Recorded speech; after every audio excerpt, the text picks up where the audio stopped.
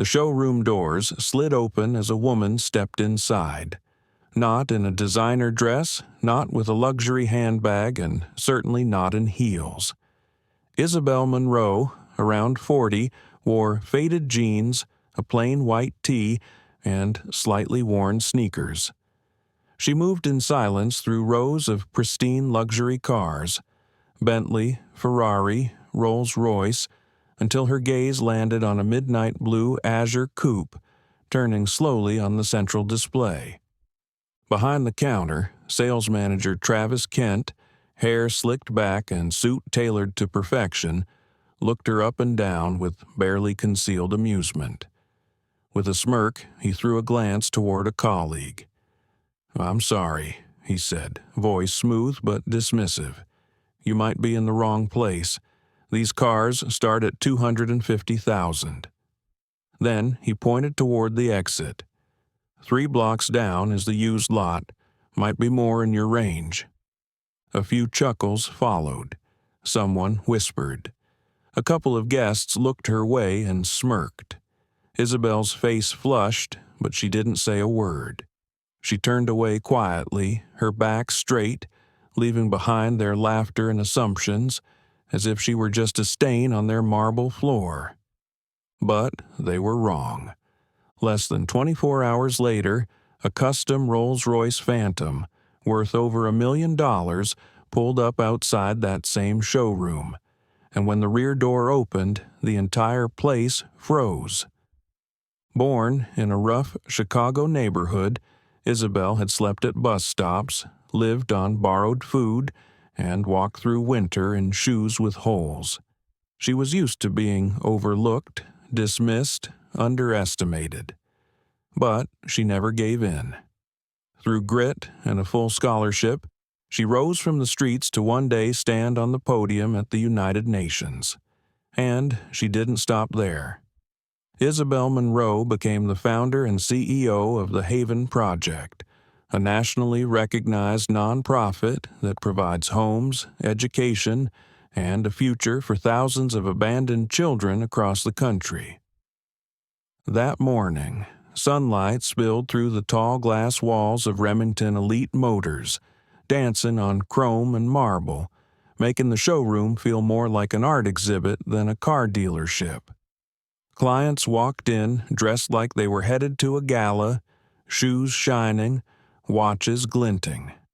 And in the middle of it all, Isabelle stood still, not from hesitation, but because her heart skipped a beat. There it was, the azure coupe, glowing under soft spotlights. Every stitch of silver thread, every curve of its design, reminded her of Evelyn, the sister who had given up everything to raise her. Just last year, Evelyn survived breast cancer. This car wasn't about showing off. It was a thank you, a promise fulfilled. "This is perfect for her," Isabelle murmured, gently touching the windshield as if passing a silent message through the glass. Just then, Travis approached again. His eyes flicked down to her sneakers. "Can I help you?" he asked, voice polite but coated in doubt.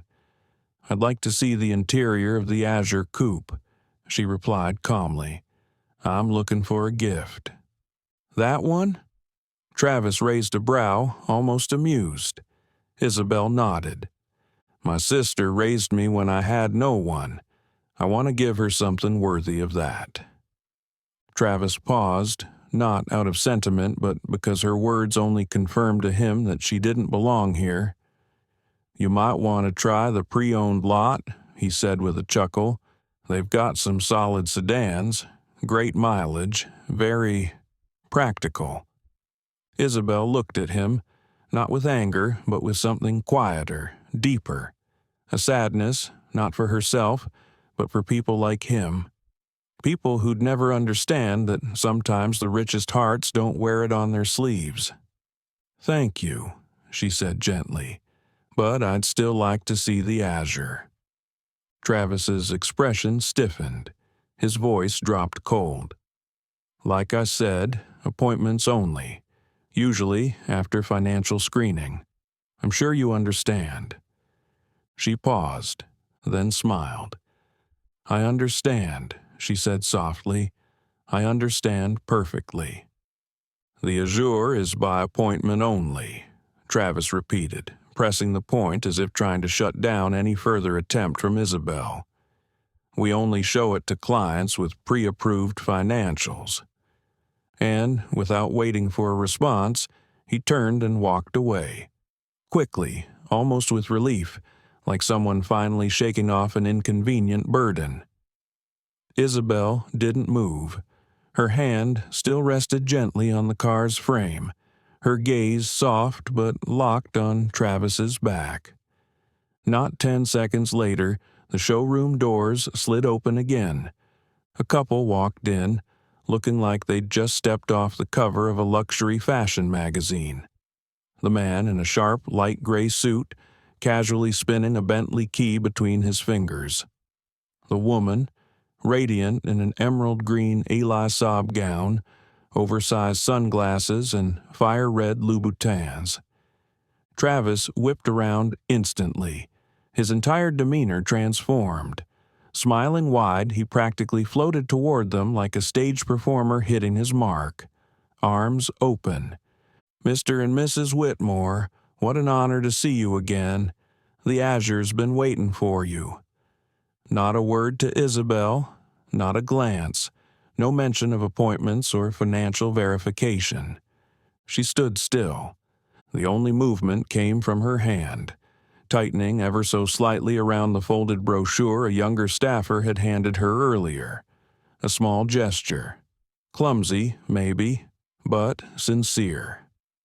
A few steps away, she watched as Travis bowed, opened the car door for Mrs. Whitmore, and offered his hand with the care of someone handling royalty. His fingers even trembled slightly as he helped her in. "Please," he said smoothly, "experience the full-grain Italian leather interior, hand-stitched in Florence." "Oh, it's lovely," she cooed, letting her fingers trail across the steering wheel. "But this color's a little dark." "Not a problem," Travis replied, his voice silk. "We can fully customize it for you. Champagne gold, platinum white, anything you desire." Outside the circle of attention, Isabelle remained still, like an outsider in a scene she could easily afford to step into. But she didn't interrupt. She didn't raise her voice. She didn't flinch. She watched. Calm, but not weak. Daniel, the young staffer, approached hesitantly. There was an apology in his eyes. "I'm sorry, ma'am," he said gently. "If you'd like, I can still share some details about the Azure. I actually know quite a bit about it." Isabelle turned to him and smiled, a quiet warmth behind her eyes. "I'd love that. Thank you." And so, Daniel began explaining, keeping his voice low so as not to interrupt the grand performance taking place a few feet away. Isabelle listened, nodding occasionally, though her gaze kept drifting toward Travis, who now led the Whitmores on a curated tour of the car. She saw it clearly now. The Azure hadn't been reserved. There had been no appointment. And financial screening? That wasn't the standard. It was just a filter, selectively applied. She wasn't angry, not bitter. But every moment like this, every detail, was being etched into her memory, like shards of glass, cold, sharp, and crystal clear. "To be honest," Isabelle said after Daniel had finished explaining the safety features and tech integrations of the Azure, "I'm very impressed, and if possible, I'd like to move forward with the purchase today." The words were soft, yet they carried a quiet weight that made the space between them pause. Daniel blinked, almost not believing what he'd just heard. But before he could respond, a familiar voice cut in. "You said you want to buy the Azure?" Travis Kent spun around from where he'd been entertaining the Whitmores. The fake smile froze on his face for a heartbeat, then cracked. He strode over, laughter spilling from his mouth, dry and sharp, like it belonged to someone who'd just heard the best joke of the day. "You want to buy it? Seriously?" Silence fell. A few nearby customers turned their heads. Daniel stepped back slightly. Isabelle stood tall. "Yes," she said calmly. "I'd like to place an order for my sister. Her birthday's next month." Travis stared at her. Then, suddenly, he burst out laughing. And this time, it wasn't polite. It was loud, deliberate, echoing off the glass and marble like a show put on for the crowd. "Oh, come on." He bent over, laughing harder.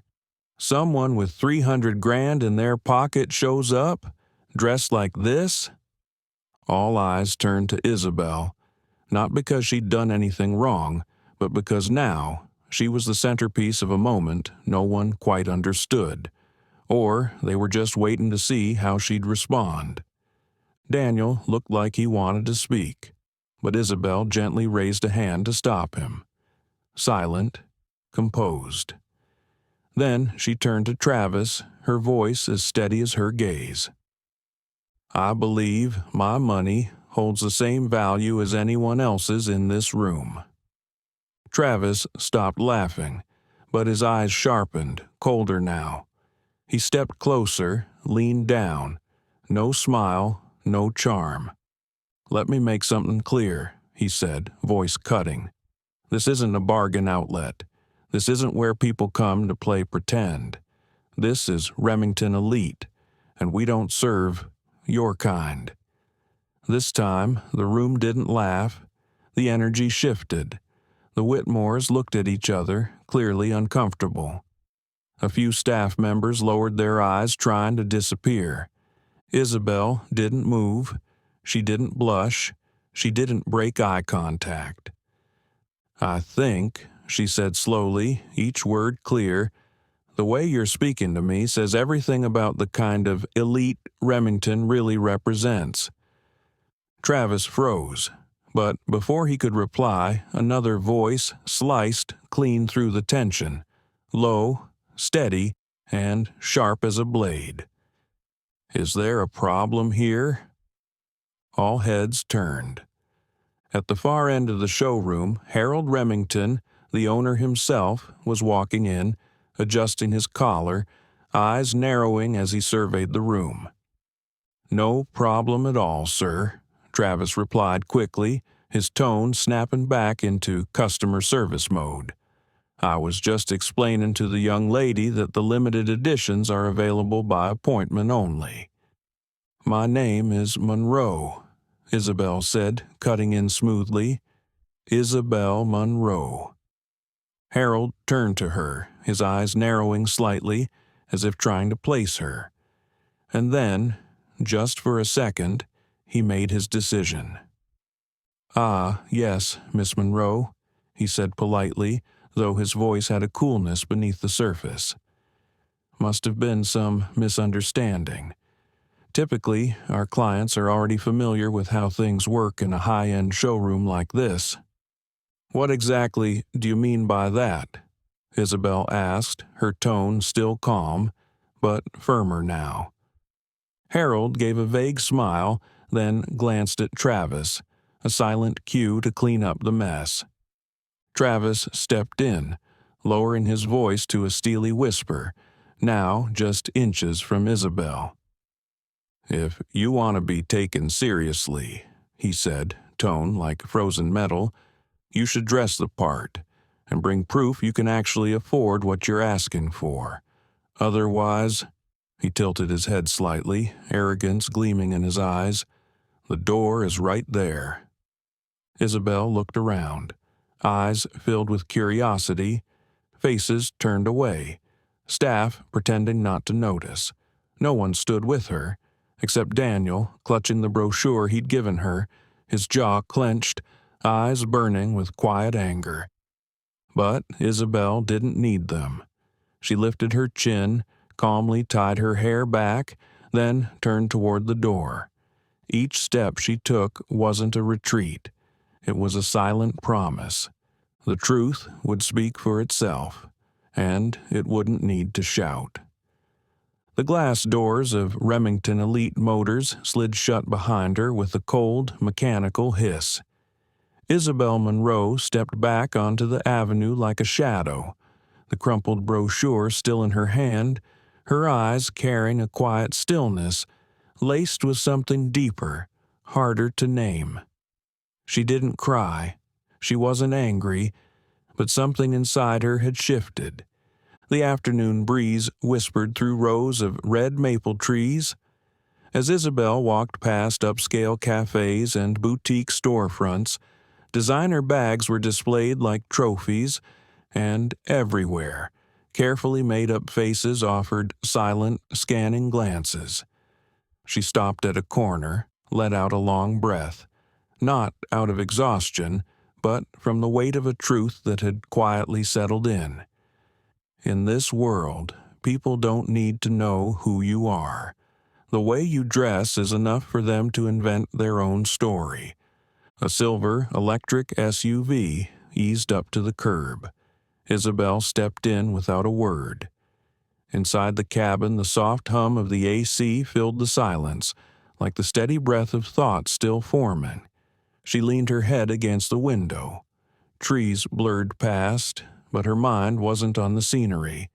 It lingered on the image of Travis Kent, that smug face, the crooked smile, the cold eyes that acted as if they measured a person's worth with price tags. If I had believed men like him back then, she thought, maybe I wouldn't even exist today. The automatic gates of the estate opened as the vehicle approached. Nestled deep within the serene woods of Chestnut Hill, the house looked calm, almost modest. But those who knew. This was the home of one of America's most powerful and private couples. Inside a wood-paneled study, Julian Cross stood reviewing financial reports on a sleek touch display. At 38, he was known as the brain behind Wall Street, a man whose frown could make entire banks rethink their strategies. But today, it wasn't market news that made him step away from the screen. It was Isabelle. The moment she walked in, he saw it. The look in her eyes he'd learned to read without needing a single word. He approached, gently placing a hand on her shoulder. "Belle?" His voice was deep, steady, yet laced with a softness he reserved for her and only her. She set her bag down, but didn't remove her coat, her hands folded in her lap, her gaze steady, and then she spoke, telling him everything, from the moment she walked into the showroom to every look, every dismissive laugh, every word that turned her into a joke in a place where people measured dignity by dollar signs. Julian didn't interrupt, didn't speak. He leaned against the desk, eyes locked on her, listening with the stillness of someone absorbing every detail. When she finished, silence fell across the room. The warm light from the desk lamp stretched his shadow across the floor, quiet but solid. "I'm not angry for myself," Isabelle said finally. "I've been kicked out of libraries for looking messy, locked out of classrooms for not having the right books. I'm used to it." Julian sat across from her, didn't say a word. He just reached out, gently taking her hand. "But I'm angry," she continued, voice low, "for those who don't have a voice, the kids at the center, the single mothers, the people who can be broken by just one look like the one Travis gave me today, who carry that shame forever." This time, Julian spoke, his voice calm but with the clarity of stone on marble. "What do you want to do?"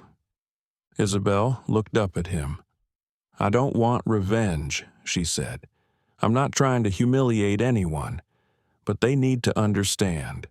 Understand that worth isn't stitched into your shoes or printed on a tag. It's in how you treat someone. especially when you think they don't matter. Julian nodded. A faint smile tugged at the corner of his lips, not out of satisfaction, but as if to say, "You're still the same woman I admire, in all the best ways."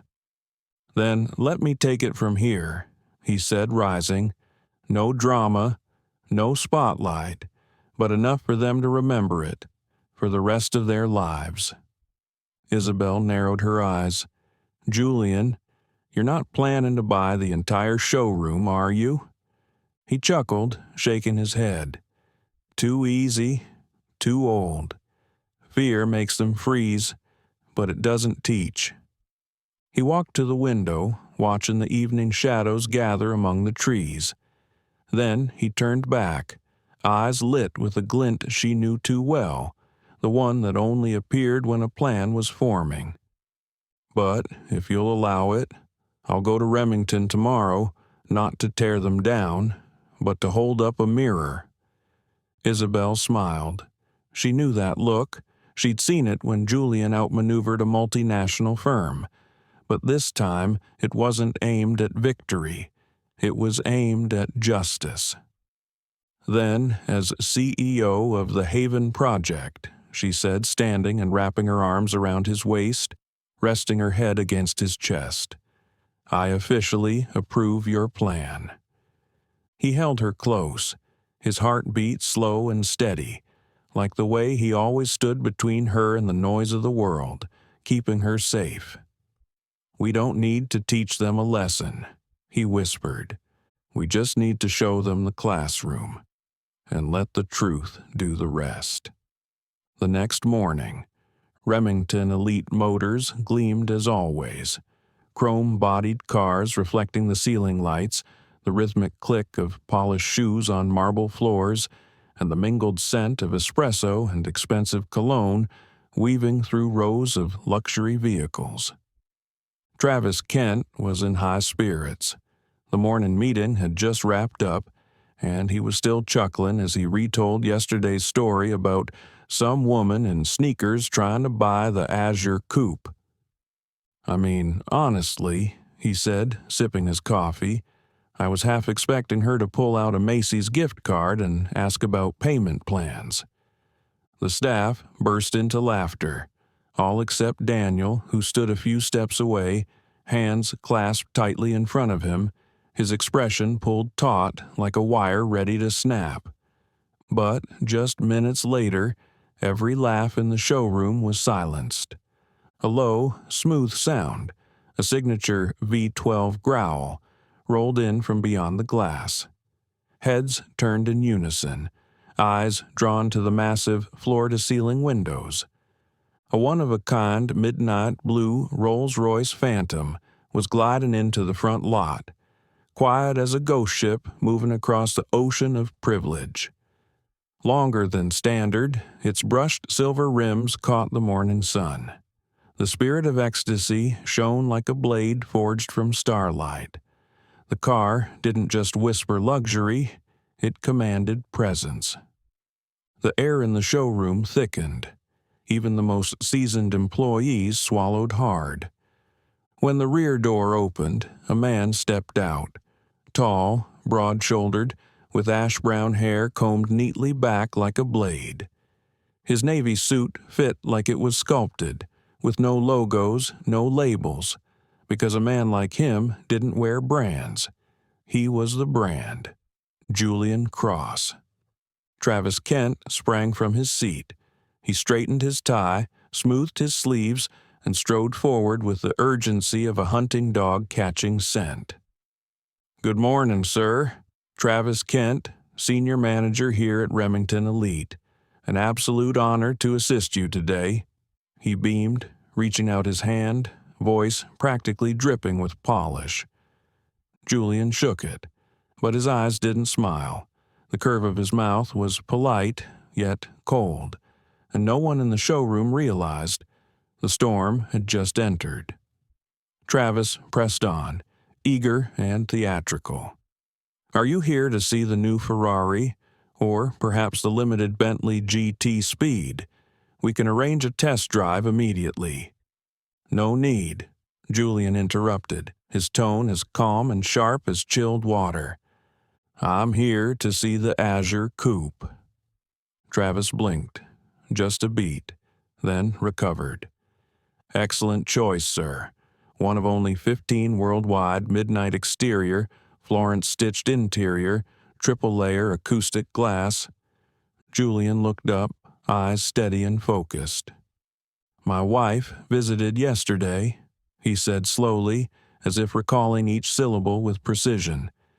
She expressed interest in purchasing that car, but it seems she wasn't exactly welcomed. The moment hung in the air like a dropped crystal. Daniel, still at the reception desk, turned quietly away. The other staff exchanged glances, tension crawling through the room like static. Travis's smile twitched, then strained. Color drained slightly from his face. "Oh, your wife?" he stammered. I'm sure there's been some misunderstanding. I may not have personally." "No," Julian cut in, voice colder now. "It was you. You assisted her, or more accurately, dismissed her." This time, the silence wasn't just awkward, it was deafening. Travis's mouth opened, but no words came. A soft, "oh," escaped from someone in the back. Every word Julian spoke, calm, measured, unwavering, hit the showroom like it was made of glass. And the first crack had just appeared. The air inside the showroom had thickened, heavy with silence. Travis Kent stood frozen at the center of the marble floor, surrounded by eyes, some watching openly, others pretending to sort papers or check phones, but all of them listening. Not a word was missed. Julian didn't raise his voice. He didn't step closer. But it was the stillness in his stance that gave his words their edge. She was wearing a white t-shirt, faded jeans, sneakers, he said, and you looked at her, as if she didn't belong here. Travis blinked, mouth twitching. I don't really recall," but before he could reach for another excuse, another voice cut in, quiet but clear and firm. "I remember." Everyone turned.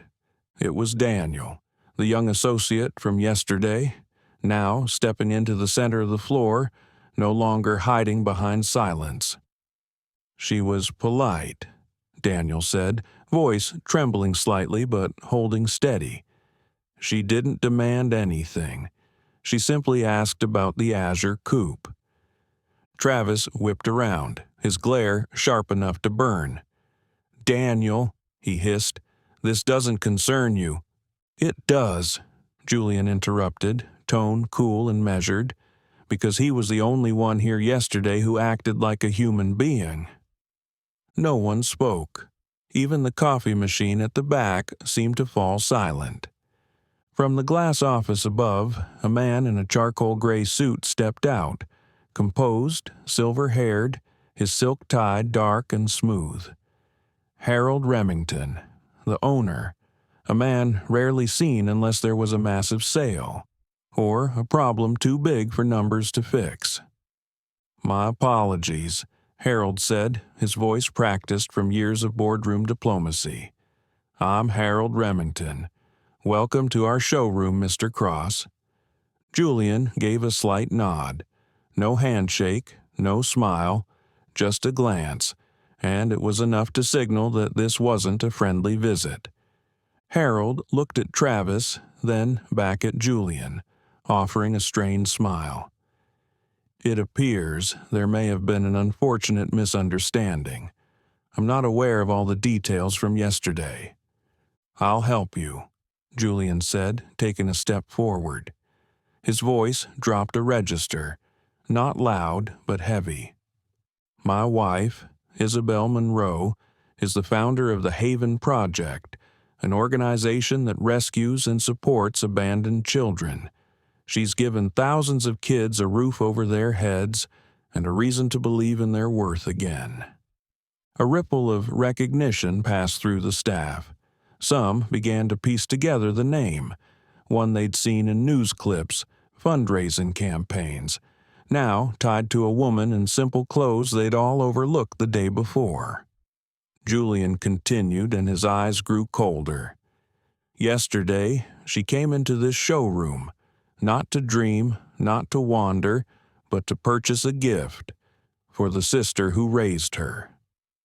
But instead of being treated like a client, she was humiliated, dismissed, mocked in front of strangers, simply because she didn't dress like wealth. Travis shifted, about to speak, but Julian didn't stop.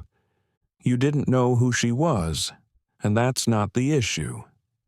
The issue is how you acted, because you thought she was no one. The final sentence hit like a hammer on stone, and there was nothing left to excuse. Harold swallowed, the color fading from his face. Mr. Cross, I'm deeply sorry. This is not how we train our staff, I assure you.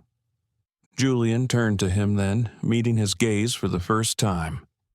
Not every apology holds value, he said, especially when it comes after the laughter. Silence, thick and unmoving. Then Julian took a step back, his eyes scanning the room, employee by employee, customer by customer. So many faces trying not to meet his. The question isn't, who did this, he said slowly. The question is, why didn't anyone speak up? Daniel lowered his head, not from shame, from the weight of emotion. Travis lowered his too, but not for the same reason. The showroom remained frozen, as if time itself had stopped mid-breath. No one spoke. The only sound was the faint whisper of wind against the glass, like a quiet reminder of the emptiness that follows disillusionment. Julian slipped his phone from the inside pocket of his suit. He glanced at the screen, then looked up, voice calm and measured. I had scheduled a visit this morning to finalize the purchase of an azure coupe. A flicker of hope sparked in Travis's eyes, only to be instantly extinguished. But that, Julian continued, slipping the phone back into his pocket, was just a small part of it. His voice remained level, but sharper now, each word deliberate. My company is currently replacing our entire executive fleet. 7 high-end sedans, an initial investment of roughly $2.3 million, not including interior customization. And beyond that, I've been reviewing a few additions to my personal collection. Harold Remington shifted, visibly shaken. Travis went pale, eyes wide like a man watching his own future go up in smoke. Daniel stood motionless, like he was caught in a moment too big to move through. Julian continued, slow and unflinching. Each line not a blow, but a precise touch to a crack that had been waiting since yesterday. But walking in here this morning, I started to wonder, is this really the place I want to invest in? Harold stepped forward quickly, his voice trembling under the weight of his own authority. Mr. Cross, I had no idea what happened yesterday was this serious. We will handle it internally. I assure you, Remington Elite always puts the customer first. Julian turned to him with a smile so thin it felt like a thread. Yesterday, my wife wasn't your customer, he said. She was a test. A test that didn't require pay stubs or a Rolex, just a different kind of gaze. Harold opened his mouth to respond, but Julian was already turning back to Travis, whose face now looked completely drained of color. You know what shocks me the most, Kent? Julian asked. It's not that you refused to help my wife.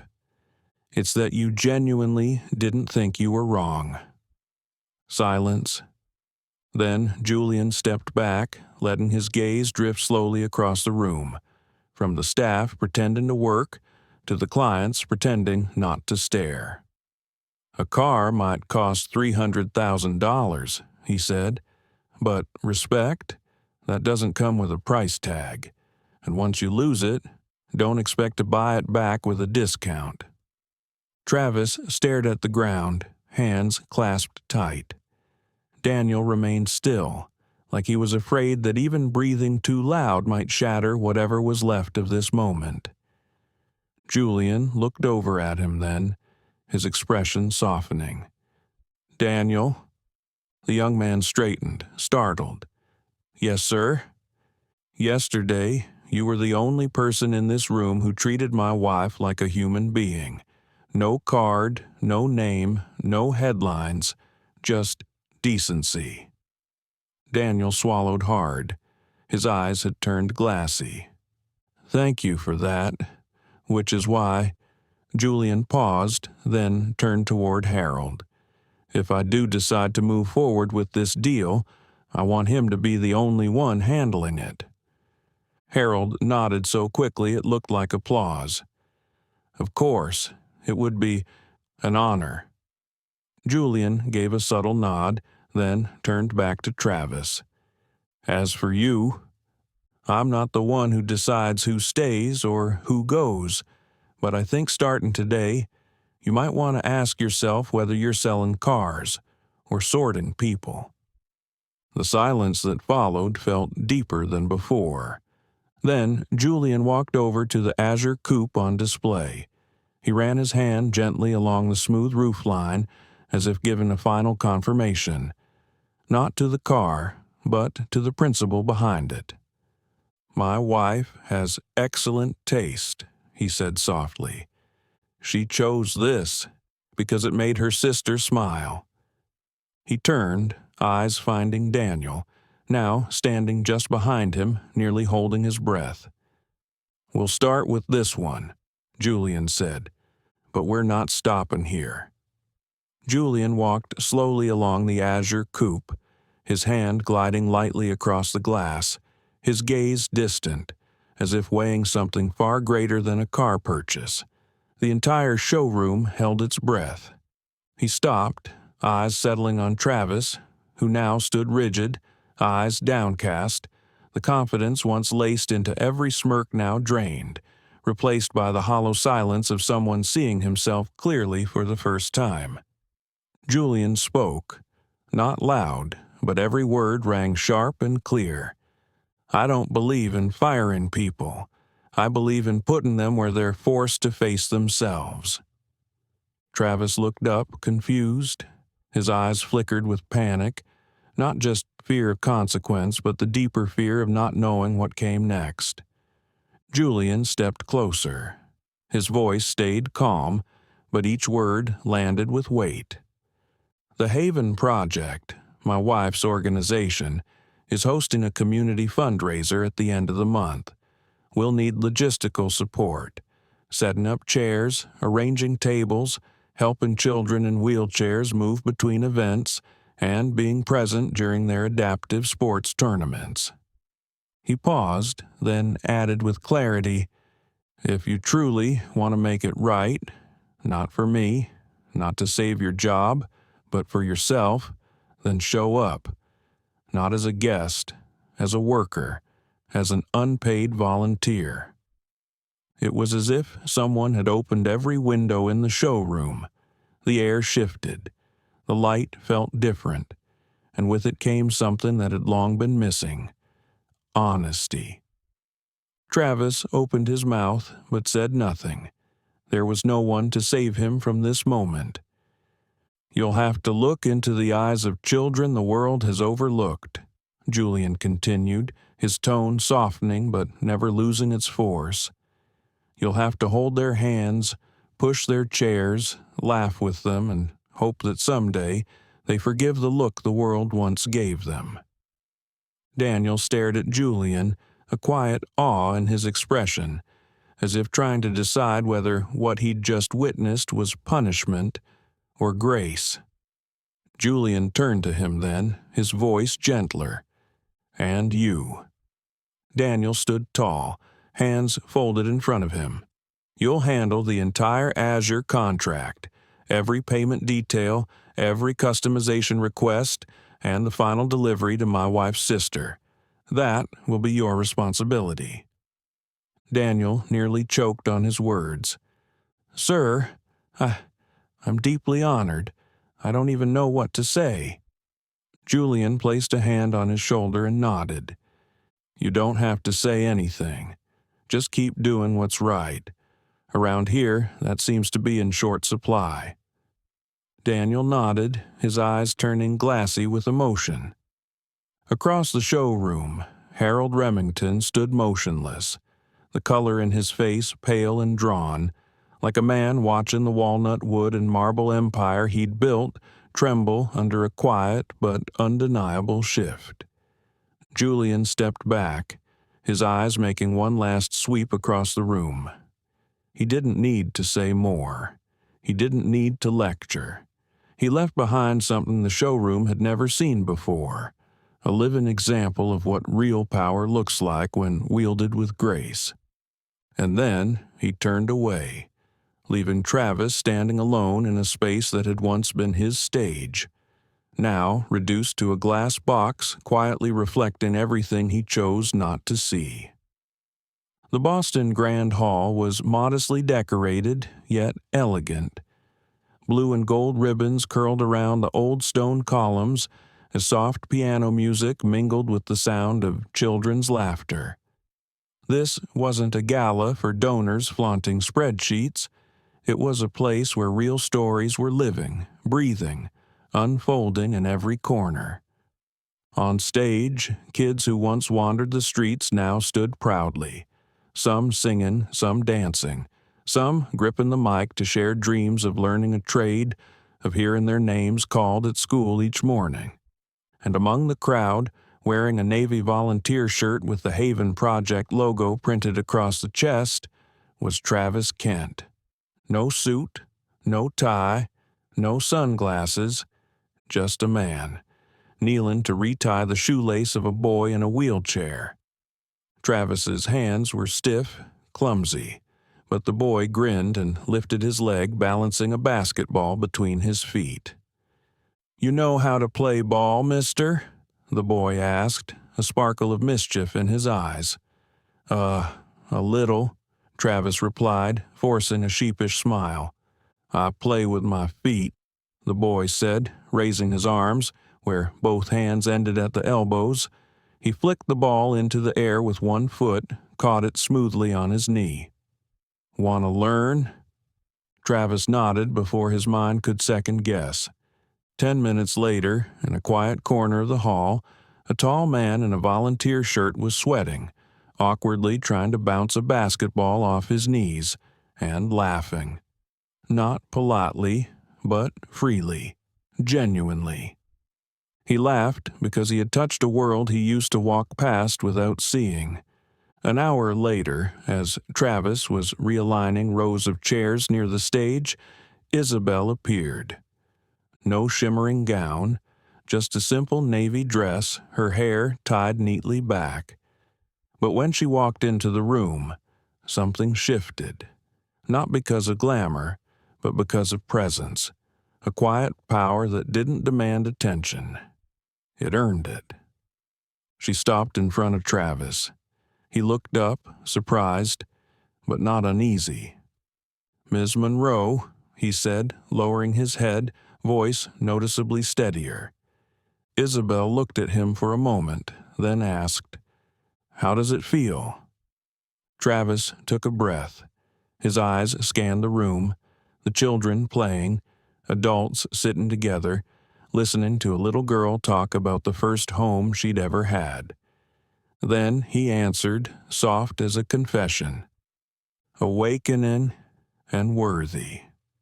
He looked down at his shoes, dusty from the gala, not out of regret, but because they reminded him of something old. And then he began to speak, not in defense, but as if saying something he'd never said aloud. "I grew up in a run-down apartment complex outside Boston. My mom worked night shifts as a nurse. My dad left when I was in first grade.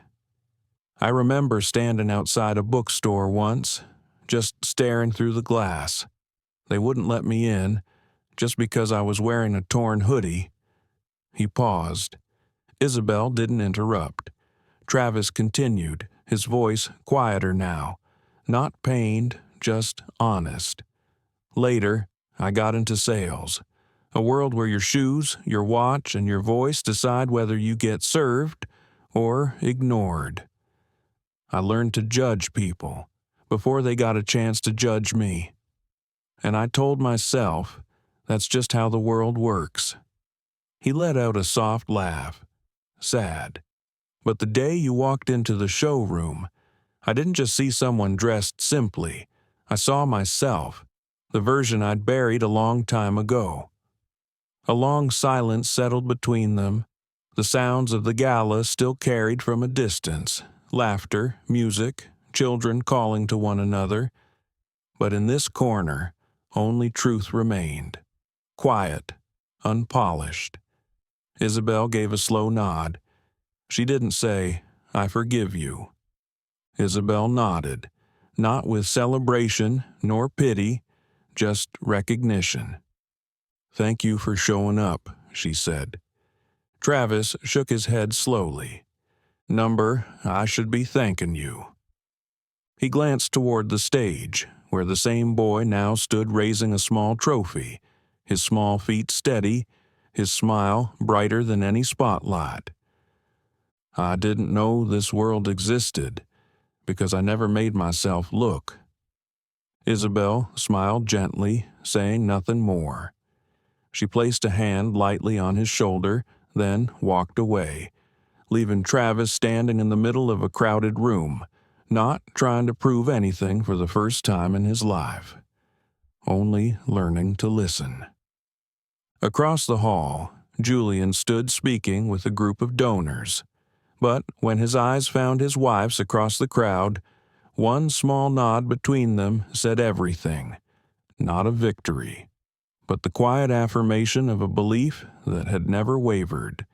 The gala drew to a close in an atmosphere both dignified and warm, like a windless autumn evening. The children received gifts, the donors were thanked, and little stories were told, not from a script, but with real voices and real tears. There were no spotlights, no staged smiles, only sincerity in every handshake, every glance. Julian stood by the refreshment table, a glass of soda untouched in his hand. From across the room, he quietly observed Travis, the man who had once walked proudly in a suit of prejudice, now crouched beside a little girl, carefully fixing the wheel on her chair. No trace of pretense, no performance, just a man, learning how to be truly present. Julian walked over. Travis stood adjusting his volunteer shirt, but Julian gestured. "No need. You've done your part today," he said, voice low and warm. Travis nodded, his eyes meeting Julian's. No deflection, no excuses. "Thank you for not humiliating me, but for making me face myself." Julian didn't respond right away. He looked toward the stage, where a boy beamed as he posed for photos with Isabelle and a group of volunteers, his cheeks glowing pink under the lights. "I used to think the hardest lessons came from loss," Julian said slowly, "but today I realize some only come when we're brave enough to look back." Then he turned, meeting Travis's eyes. "Do you want a second chance?" Travis stiffened, cautious, afraid to hope. I do. Of course I do, but I'm not sure I deserve it." "No one ever really deserves a second chance," Julian cut in. "Not until they understand what it's worth." A pause. Then Julian added, more clearly, "The company fleet deal is still open, and if you've actually learned something tonight, not learned to say the right things, but to do the right things, then I want you in charge of it." Travis looked up, eyes wide with disbelief. "Mr. Cross, I dash." "No need for words," Julian said, offering a quiet smile. "Let your actions answer for you." Across the room, Isabelle was helping a paralyzed girl toward the play area. The girl turned and waved at Travis, and for the first time in years he waved back, not to impress, but simply to connect. By the time the last guests began to leave, the night had fully settled in. Outside the grand hall, under the amber glow of soft lighting, Isabelle and Julian stood side by side. No words were exchanged, but the silence between them was full of gratitude, of quiet strength, of a faith that never needed to be explained. Isabelle looked up, half teasing, half sincere. "You weren't planning to forgive him that easily, were you?" Julian shrugged. "I didn't forgive. I invested in a human being, even if sometimes that investment comes late." She laughed softly, then gently squeezed his hand. And then, in a quiet corner of the courtyard, the evening came full circle. The armless boy, the one who had taught Travis to play with his feet, was now laughing, his mouth covered in ice cream, his eyes shimmering like he'd never known judgment. Travis walked beside him, slowly pushing the wheelchair, listening intently to the boy's excited retelling of his greatest basketball match ever. No more armor, no more ego, just a man, learning how to walk again, from the inside out. Isabelle watched them, her gaze soft. "Not everyone changes overnight," she whispered, mostly to herself. "But sometimes it only takes one child teaching you to dribble with your feet, to start." The story didn't end with applause. It ended with change. Quiet, real, and steady. And once again, a person's worth wasn't measured by who they used to be, but by how they chose to live after finally seeing themselves. A few months after the gala, Remington Elite Motors was no longer quite the same. Not in price tags or interior design, but in the way its staff saw the people walking through the doors. Gone were the sizing-up glances. In their place, eyes that were learning to listen. Daniel, the young employee from that day, is now head of customer experience. And Travis? He never left.